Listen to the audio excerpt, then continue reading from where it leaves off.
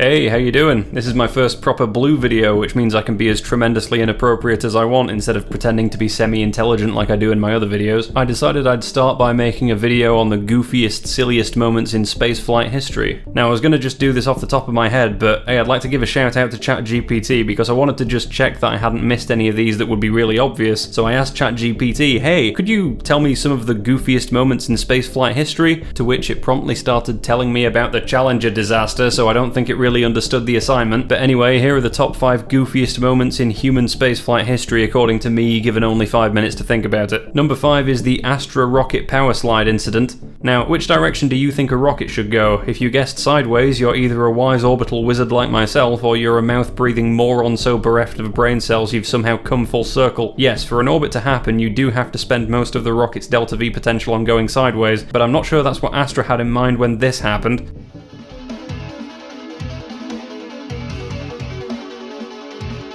I wonder if this is the world's first launchpad Tokyo drift. It's probably the second most Kerbal Space Program thing I've seen in real life. Look at it, he just got up and left.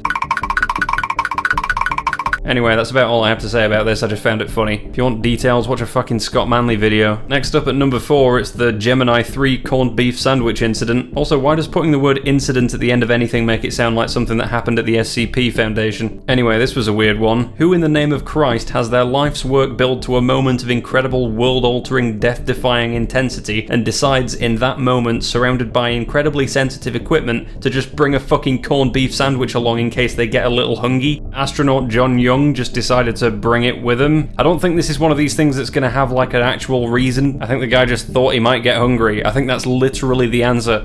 You gotta understand, back in the Gemini days, they didn't understand anything about space. Like, they thought you might go space crazy. They thought you might not be able to stand on the moon, like you might just sink into it. There is no way it seemed like a sensible idea to anyone to just willy-nilly bring a corned beef sandwich with them. That is absolute insane behavior. For all they knew at the time, exposing corned beef to 0G could just cause a fucking fusion reaction. In at number 3 is... oh yeah, I don't do segues. In at number 3 is the International Space Station Sasquatch incident. Okay, so imagine you're Tim Peake, British astronaut. You're hanging out on the ISS, you're, I don't know, growing beans or whatever it is those people do for a living. You turn around, there's a Sasquatch on the International Space Station with you. How would you react? I think I might be kicking Sasquatch in the balls. Okay, this one I kind of made up, but it's just really funny. It was actually Scott Kelly wearing a gorilla costume that he just brought to the International Space Station to freak people out with. He also put it on, hid in a cupboard, and then waited for someone to open it so he could jump scare them. So yeah, if I had to pick one of the least likely environments to be mauled to death by Harambe, I'm pretty sure the International Space Station would be at number 1.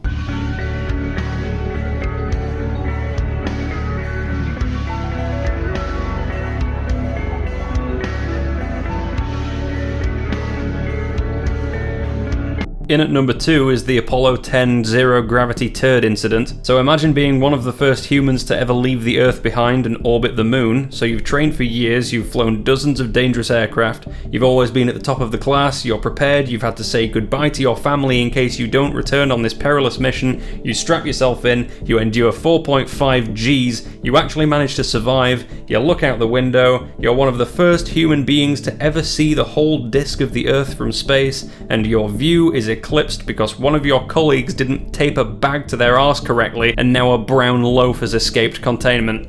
Oh, who did it? Did what? What? Who did it? Give me some. Where did that come from? Give me a napkin quick. There's a turd floating through. I didn't do it. It ain't one of mine.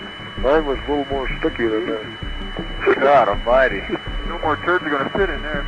And even after they caught it, they couldn't let their guard down because they just kept finding more. Here's another goddamn turd. What's the matter with you guys? Here, give me a... To my knowledge, they never actually figured out who this turd belonged to. They all just kept pushing the blame around. God dang. I don't know who that is. I can neither claim it nor disclaim it. Hold on a sec, one of these guys is John Young? The guy from the corned beef sandwich incident? Yeah, my chief suspect is the guy with the demonstrably questionable impulse control and low fiber intake. I suppose we should count ourselves lucky, because if the average person had had to deal with that launch that they'd just been through, it wouldn't be a solid turd they'd have to worry about. More like a gradually expanding drowning hazard, like a brown star going supernova. Poopanova. That's pretty good, I'm gonna use that. Oh wait, I just used it. Alright, the moment's gone. Anyway, it's time for the runners-up. Prizes go to Spin Launch for doing a space innovation by emulating a cartoon character trying to throw a punch, and also that one old-timey NASA rocket that deflated faster than part of your anatomy upon seeing someone appropriately aged. Dave, you sick old man. Did I get anyone with that?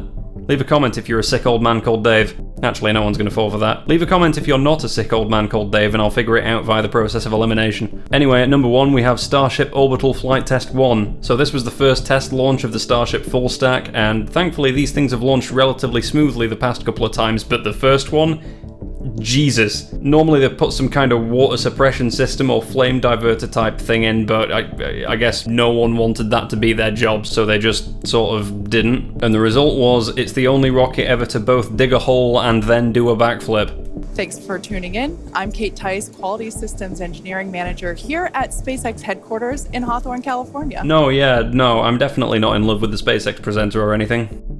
That'd be weird. There's really not a lot I can say about this one that hasn't been said already. God knows anything with Elon Musk's name attached to it is bloody inescapable. Trying to find out anything about the spaceflight industry without seeing his face is like trying to walk through Glasgow at night without your life flashing before your eyes. Anyway, this launch was the #1 most Kerbal Space Program thing I think I've ever seen in my life. So it launched, it left a nice spot for a cheeky jacuzzi, the excavated concrete mangled its own engines and eviscerated every car within a half-mile radius. SpaceX then politely asked it to stage and Starship said no, and then it started spinning insanely, and then SpaceX politely asked it to remote detonate, and it didn't do that either. And meanwhile there's just baby seals looking up into the air as a building-sized tank of fuel gets larger and larger in the sky. Thankfully it did detonate eventually, so, you know, the sea life only got showered with huge pieces of steel debris. So why didn't it work? I don't know, man. Why doesn't anything work? Why doesn't my fucking life work? Just Google it, I believe in you. Anyway, that wraps things up for today. So, like, subscribe,